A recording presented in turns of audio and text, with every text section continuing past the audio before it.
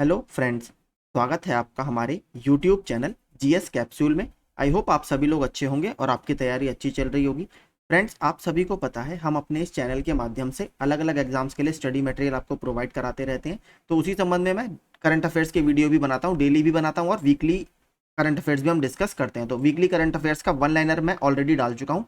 आज हम पूरे हफ्ते जो क्विज हमारे चर्चा में रहे, लगभग 45-46 क्वेश्चन जो पूरे हफ्ते चर्चा में थे, उनको डिस्कस करेंगे, जिससे आपका रिवीजन काफी अच्छा हो जाएगा। अगर वीडियो आपको पसंद आता हो तो प्लीज हमारे चैनल को सब्सक्राइब जरूर कीजिएगा। थ्योरी का पीडीएफ में ऑलरेडी अपने टेलीग्राम ग्रुप में डाल सकता हूं, तो आप उसको वहां से डाउनलोड कर सकते हैं।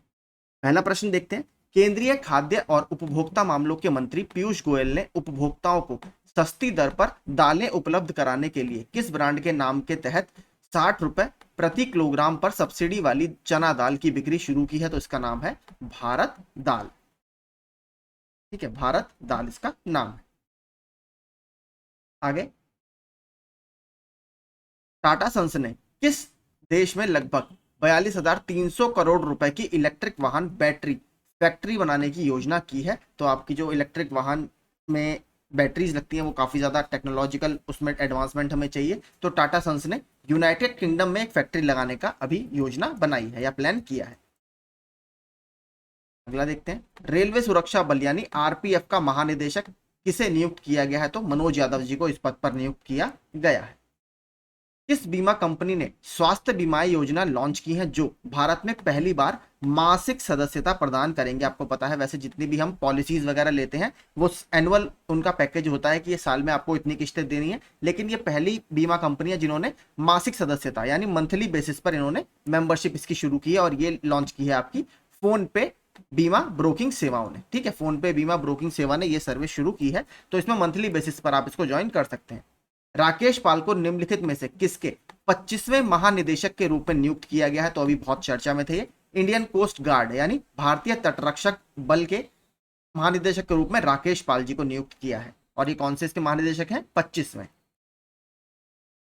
पुरस्कार श्रेणी उन्नत पर्यावरण समाधान के तहत पानी से विषाक्त प्रदूषकों को हटाने के लिए और टिकाऊ और सस्ती नैनोस्केल सामग्री पर अपने काम के लिए प्रतिष्ठित अंतरराष्ट्रीय एनी पुरस्कार 2023 किसने जीता है? तो ये जीता है आपके थलप्पिल प्रदीप ने। ठीक है, थलप्पिल प्रदीप। अगला देखते हैं। बैडमिंटन में किसी पुरुष खिलाड़ी द्वारा सबसे तेज हिट का गिनीज रिकॉर्ड किसने बनाया है, जिसने अपने स्मैश से 565 किलोमीटर प्रति घंटा की आश्चर्यजनक गति दर्ज की है? तो एक बैडमिंटन प्लेयर है जो डबल्स में खेलते हैं, वो है सात्विक साईराज रैंकी रेड्डी। इन्होंने देखिए अभी एक शॉट मारा था बैडमिंटन के गेम के दौरान, कोरिया ओपन अभी चल रहा है वहां पर, उसमें इन्होंने 565 किलोमीटर प्रति घंटे की रफ्तार से वो स्मैश मारा है। और देखिए ये जो स्पीड है वो उससे भी ज्यादा है, जो आपकी फॉर्मूला 1 की कार होती है वो लगभग उसकी टॉप स्पीड अभी तक 372 किलोमीटर प्रति घंटा दर्ज की गई है, उससे भी तेज ये स्मैश है। और इन्होंने ये स्मैश अभी हाल ही में कोरिया ओपन के दौरान बनाया है। तो सात्विक साईराज रैंकी रेड्डी और चिराग शेट्टी ये दोनों आपस में डबल्स का मैच खेलते हैं। चाचिन चराई उत्सव किस राज्य में स्थानीय चरवाहों द्वारा बड़े उत्साह के साथ मनाया गया? तो अरुणाचल प्रदेश के तवांग जो एरिया है वहां पर यह मनाया गया। ठीक है, अरुणाचल प्रदेश का तवांग, मैंने बताया था तवांग मोनेस्ट्री वहीं पर स्थित है। तवांग मठ अगर आपसे पूछे कहां पर है तो वो अरुणाचल प्रदेश में स्थित है। और किसके पास ये था? बुमला। ठीक है, बुमला जो दर्रा है उसके पास ये मनाया गया था। तो बुमला दर्रा अरुणाचल प्रदेश में है, और जो आपका तवांग मोनेस्ट्री है, तवांग मठ है, वो भी अरुणाचल प्रदेश में स्थित है।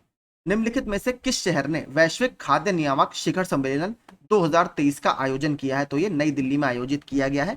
Food safety and standards authority of India FSSAI जो है उसने ये ऑर्गेनाइज किया था, और G20 के तहत ये ऑर्गेनाइज होने वाला इस तरह का पहला ये एक इनिशिएटिव था।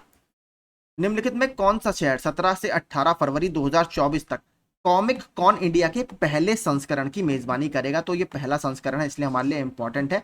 कौन करेगा? तमिलनाडु का चेन्नई। निम्नलिखित में से, ये भी बहुत इंपॉर्टेंट है उत्तर प्रदेश के लिए, निम्नलिखित में से किस विश्वविद्यालय ने अपने प्राणी शास्त्र विभाग में यानी जूलॉजी के डिपार्टमेंट में एक विरासत बिंदु का अनावरण किया है, जिसमें 19वीं शताब्दी की ईंटें और 100 साल पुराना लकड़ी का लट्ठा शामिल है? तो ये लखनऊ यूनिवर्सिटी के जूलॉजी डिपार्टमेंट में यह विरासत बिंदु बनाया गया है। निम्नलिखित में से किस बीमा कंपनी के लिए विश्व का पहला जनरेटिव AI टूल लॉन्च किया यानी आर्टिफिशियल इंटेलिजेंस टूल लॉन्च किया है? तो सिंप्लीफाई ने अभी हाल ही में ये लॉन्च किया है। सीमेंट मैन्युफैक्चरर्स एसोसिएशन के नए अध्यक्ष के रूप में किसे चुना गया है? तो नीरज अखौरी जी को इस पद पर नियुक्त किया गया है, नीरज अखौरी। अमेरिका में, ये भी बहुत इंपॉर्टेंट है अवार्ड से संबंधित, अमेरिका में उच्च गुणवत्ता वाली देखभाल को किफायती और सुलभ बनाने में उनके योगदान के लिए champion of health care innovation award किसे मिला है? तो ये डॉक्टर अमी बेरा जी को दिया गया है, डॉक्टर अमी बेरा। 15वां देखते हैं। महाराष्ट्र के मुख्यमंत्री एकनाथ शिंदे ने किस शहर में PM mega integrated textile reason and apparel park, जिसको पीएम मित्रा के नाम से भी जाना जाता है, कहां पर किया है? तो इन्होंने अमरावती में इसका उद्घाटन किया है, महाराष्ट्र के अमरावती। वार्षिक बोनालू महोत्सव किस शहर में मनाया गया है? तो बोनालू महोत्सव आंध्र प्रदेश के हैदराबाद में मनाया जाता है। और अभी हमने इससे पहले कौन सा महोत्सव पढ़ा था? चाचिन चराई उत्सव। चाचिन चराई उत्सव अरुणाचल प्रदेश में मनाया गया था। एक और उत्सव का सवाल है, वो भी देखेंगे अभी। केंद्रीय गृह एवं सहकारिता मंत्री अमित शाह ने किस शहर में ड्रग्स तस्करी और राष्ट्रीय सुरक्षा पर क्षेत्रीय सम्मेलन की अध्यक्षता की है? तो नई दिल्ली में इन्होंने ये हेड की है मीटिंग। बिम्स्टेक विदेश मंत्रियों का रिट्रीट किस शहर में शुरू हुआ है? तो ये थाईलैंड के बैंकॉक में भी शुरू हुआ है, ठीक है, थाईलैंड के बैंकॉक में। एस जयशंकर जी इस पर बैठक लेने गए हैं। प्रधानमंत्री नरेंद्र मोदी ने वीर सावरकर अंतर्राष्ट्रीय हवाई अड्डे के एकीकृत टर्मिनल भवन का उद्घाटन किया है। वीर सावरकर अंतर्राष्ट्रीय हवाई अड्डा कहां पर स्थित है? तो ये अंडमान निकोबार के पोर्ट ब्लेयर में स्थित है, जो कि उसकी राजधानी भी है। एक और एयरपोर्ट अभी चर्चा में है, वो क्वेश्चन भी नीचे आपको दिखेगा। भारत और संयुक्त अरब अमीरात ने अबू धाबी में किस भारतीय प्रौद्योगिकी संस्थान यानी आईआईटी की स्थापना की योजना के लिए एक समझौता ज्ञापन पर हस्ताक्षर किए हैं? देखिए ऑलरेडी एक आईआईटी मद्रास चर्चा में है, क्योंकि आईआईटी मद्रास का पहला आउटसाइड ऑफ इंडिया कैंपस यानी इंडिया के बाहर इनका पहला कैंपस तंजानिया के जांजीबार आइलैंड में या जांजीबार द्वीप में एस्टेब्लिश किया जा रहा है। इसी तरह आईआईटी दिल्ली ने, जो कि इस प्रश्न का आंसर है, आईआईटी दिल्ली ने यूएई के साथ मिलकर, आईआईटी मद्रास ने तंजानिया के साथ साइन किया था, आईआईटी दिल्ली ने यूएई के साथ साइन किया है, और हो सकता है ये भारत के बाहर एस्टेब्लिश होने वाला दूसरा आईआईटी बन जाए। अमेरिकी राष्ट्रपति जो बिडेन द्वारा राष्ट्रपति निर्यात परिषद के रूप में किसे नियुक्त किया गया है, जो अंतरराष्ट्रीय व्यापार पर प्रमुख राष्ट्रीय सलाहकार समिति के रूप में कार्य करती है? तो शमीना सिंह जी को इसमें नियुक्त किया गया है। किस राज्य के परिवहन विभाग ने भ्रष्टाचार पर अंकुश लगाने के लिए अंतर राज्य चेक पोस्ट पर यूपीआई भुगतान प्रणाली शुरू की है? तो आंध्र प्रदेश ने शुरू किया। हाल ही में किस कंपनी ने भारत की पहली अंतरराष्ट्रीय बिजली परियोजना शुरू की है? तो अभी गौतम अदानी जी शेख हसीना जी से मिलने गए थे, वहां पर एक पावर प्लांट है आपका गोद्दा पावर प्लांट, तो वो भारत का पहला अंतरराष्ट्रीय बिजली परियोजना होगी, अदानी इंटरप्राइजेस के द्वारा डेवलप की गई। तो अदानी ग्रुप इसका सही आंसर होगा। गोड्डा पावर प्रोजेक्ट याद रखिएगा, गोड्डा पावर प्रोजेक्ट आपका बांग्लादेश में है। हाल ही में किस राज्य में हरेला त्योहार मनाया गया है? तो हमारा तीसरा उत्सव है आज का। दो हमने कौन कौन से देखे? चाचिन चराई उत्सव अरुणाचल प्रदेश में, बोनालू उत्सव हैदराबाद में, और आपका हरेला उत्सव मनाया जाता है उत्तराखंड में। बैंकॉक में अपने लाओस के समकक्ष सेलुमक्से कोमासित के साथ 12वीं एमजीसी बैठक, जिसको मेकोंग गंगा कोऑपरेशन की बैठक बोलते हैं, इसकी सह अध्यक्षता किसने की है? तो एस जयशंकर, जो हमारे फॉरेन मिनिस्टर हैं, विदेश मंत्री हैं, उन्होंने ये की है। किस राज्य ने आपदा प्रभावित लोगों की सहायता के उद्देश्य से एक डिजिटल प्लेटफॉर्म की शुरुआत करते हुए आपदा राहत कोष 2023 वेबसाइट लॉन्च की है? तो किसने की है? हिमाचल प्रदेश ने। हिमाचल प्रदेश में लैंडस्लाइड वगैरह बहुत ज्यादा आ रहे हैं, बारिश की वजह से काफी समस्याएं भी वहां पर आ रही हैं, उसी को काउंटर करने के लिए ये एक ऐप लॉन्च किया गया है। उत्तर प्रदेश विद्युत नियामक आयोग यानी Uttar Pradesh electricity regulatory commission के अध्यक्ष के रूप में किसे नियुक्त किया गया है? तो अरविंद कुमार जी को इस पद पर नियुक्ति दी गई है। उत्तर प्रदेश का है, इसलिए हमारे लिए इंपॉर्टेंट है। ये बहुत इंपॉर्टेंट न्यूज है। मैंने अपने कम्युनिटी में भी क्विज डाला था, तो देखिए अगर आप कम्युनिटी में मेरे विजिट करेंगे, वहां पर मैं डेली हिंदी के और जीएस के क्विज डालता रहता हूं, तो प्लीज आप उनको अटेम्प्ट जरूर कीजिएगा। तो इसमें केंद्रीय बैंक के 63 साल के इतिहास में रिजर्व बैंक ऑफ इंडिया यानी रिजर्व बैंक ऑफ ऑस्ट्रेलिया का नेतृत्व करने वाली पहली महिला के रूप में किसे नियुक्त किया गया है? तो इसमें नियुक्ति मिली है मिशेल बुलॉक जी को।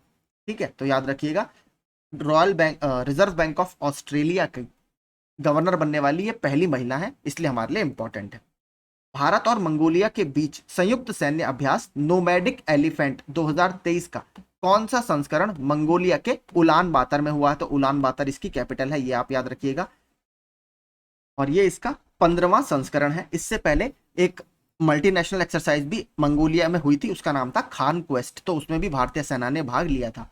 ठीक है, तो खान क्वेस्ट 2023 वो भी मंगोलिया में हुई है। और द्विपक्षीय सैनिक अभ्यास भारत और मंगोलिया का नोमैडिक एलिफेंट, ये भी आपका मंगोलिया के उलान बटार में हुआ है। 15वां संस्करण है, ये भी याद रखिएगा। इसके अलावा अभी दो और चर्चा में थे, एक भारत और अमेरिका का था सालवेक्स। सालवेक्स कहां पर हुआ था? केरल के कोच्चि में। इसके अलावा जापान इंडिया मैरीटाइम एक्सरसाइज, या जापान और भारत समुद्री अभ्यास या नौसैनिक अभ्यास कहां पर हुआ था? विशाखापट्टनम में।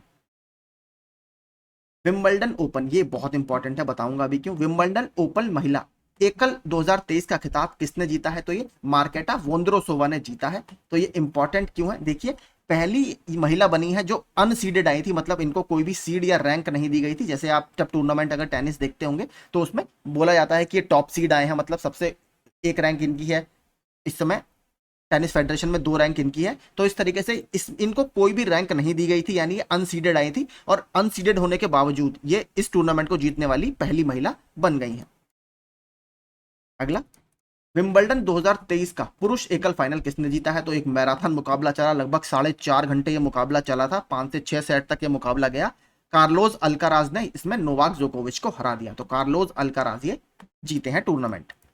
मानव हाथी संघर्ष यानी ह्यूमन एलिफेंट कन्फ्लिक्ट की बढ़ती समस्या के समाधान के लिए किस राज्य ने प्रोजेक्ट गजह कोठा शुरू किया है? तो ये असम सरकार द्वारा शुरू किया गया है। इससे मानव हाथी संघर्ष में कमी आएगी और इसमें वहां के लोगों को इसमें एम्पावर भी किया जाएगा।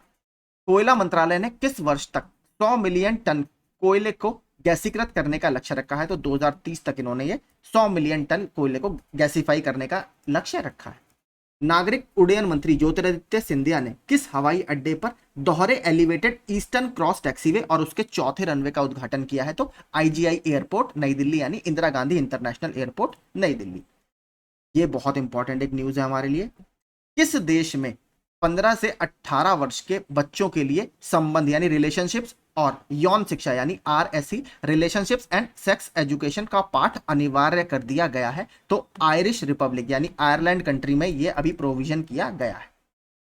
अगला, निम्नलिखित में से किस कंपनी को गोल्डन पीकॉक पर्यावरण प्रबंधन पुरस्कार से सम्मानित किया गया है? तो अदानी ट्रांसमिशन लिमिटेड को इस पुरस्कार से नवाजा गया है।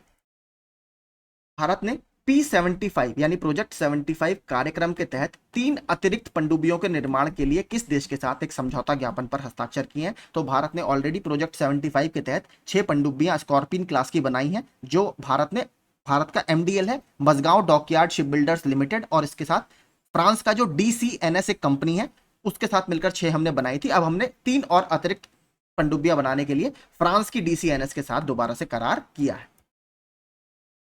अंतरराष्ट्रीय क्रिकेट में भारत के लिए दूसरे सबसे ज्यादा विकेट लेने वाले गेंदबाज हरभजन सिंह को पीछे छोड़कर कौन बन गए हैं? तो सबसे ज्यादा विकेट देखिए लिए हैं अभी तक इंडिया में अनिल कुंबले जी ने, उसके बाद नंबर था हरभजन सिंह का। लेकिन हाल ही में अभी वेस्टइंडीज में जो भारत की सीरीज चल रही है वहां पर रविचंद्रन अश्विन ने बहुत अच्छी बॉलिंग की है, और रविचंद्रन अश्विन हरभजन सिंह को पछाड़कर भारत के लिए अंतरराष्ट्रीय क्रिकेट में दूसरे सबसे ज्यादा विकेट लेने वाले गेंदबाज बन गए हैं। सबसे नंबर 1 पर कौन है? अनिल कुंबले जी। किस राज्य केंद्र शासित प्रदेश ने आपका मोबाइल हमारा दफ्तार के दृष्टिकोण के अनुरूप मोबाइल दोस्त ऐप लॉन्च किया है? तो जम्मू कश्मीर ने यह लॉन्च किया है। हिमाचल प्रदेश ने क्या लॉन्च किया था? अभी आपदा राहत पोर्टल। केंद्रीय गृह मंत्री अमित शाह ने किस शहर में अपराध और सुरक्षा पर आयोजित होने वाले G20 सम्मेलन के उद्घाटन सत्र को संबोधित किया है? तो कहां पर हुआ था ये? गुरुग्राम में। ठीक है, गुरुग्राम में। अगला देखते हैं, इंडिया मोबाइल कांग्रेस का कौन सा संस्करण इस वर्ष 27 से 29 अक्टूबर तक नई दिल्ली के प्रगति मैदान में आयोजित किया जाएगा? तो ये इसका 7वां एडिशन है। भारत में समुद्री क्षेत्र को मजबूत करने के लिए स्वदेशी, ये इंपॉर्टेंट है, swadeshi differential global navigation satellite system Sagar Sampark का उद्घाटन किसने किया है? तो नाम हमें पहले याद रखना है, क्या नाम है इसका? सागर संपर्क। इसका उद्घाटन किया है जो हमारे जहाजरानी मंत्री हैं, कौन? सर्बानंद सोनोवाल जी ने। गांधीनगर में गिफ्ट SEZ यानी स्पेशल इकोनॉमिक जोन क्षेत्र में अंतरराष्ट्रीय वित्तीय सेवा केंद्र में international financial services centre IFSC को बोला जाता है। इसने अपनी बैंकिंग इकाई या बैंकिंग यूनिट का उद्घाटन किया है। तो बैंक ऑफ इंडिया ने यहां पर अपना एक IFSC बैंकिंग यूनिट खोली है। फिनटेक फर्म रेजर पे ने हाल ही में किस देश में अपना पहला अंतरराष्ट्रीय भुगतान गेटवे लॉन्च किया है? तो पहला है इनका, और ये लॉन्च किया है इन्होंने मलेशिया में। अगला, प्रधानमंत्री नरेंद्र मोदी को हाल ही में सर्वोच्च नागरिक पुरस्कार grand cross of the legion of honour से सम्मानित किया गया है। यह किस देश का पुरस्कार है? तो हाल ही में नरेंद्र मोदी जी फ्रांस में बास्टिल परेड में भाग लेने गए थे, वहीं पर उस समारोह के बाद इन्हें वहां के सबसे सर्वोच्च नागरिक पुरस्कार से सम्मानित किया गया। कहां के? फ्रांस के। तो ठीक है, याद रखिएगा बास्टिल डे परेड कहां पर हुई थी? वो भी फ्रांस में ही हुई थी। ठीक है, तो यही देखिए हमारे 45 प्रश्न थे जो इस पूरे हफ्ते चर्चा में रहे। अगर आपको सेशन पसंद आया हो तो प्लीज इस वीडियो को लाइक और शेयर जरूर कीजिएगा। इसके अलावा आप मेरा चैनल सब्सक्राइब रेगुलर अपडेट्स के लिए कर सकते हैं। Thank you so much.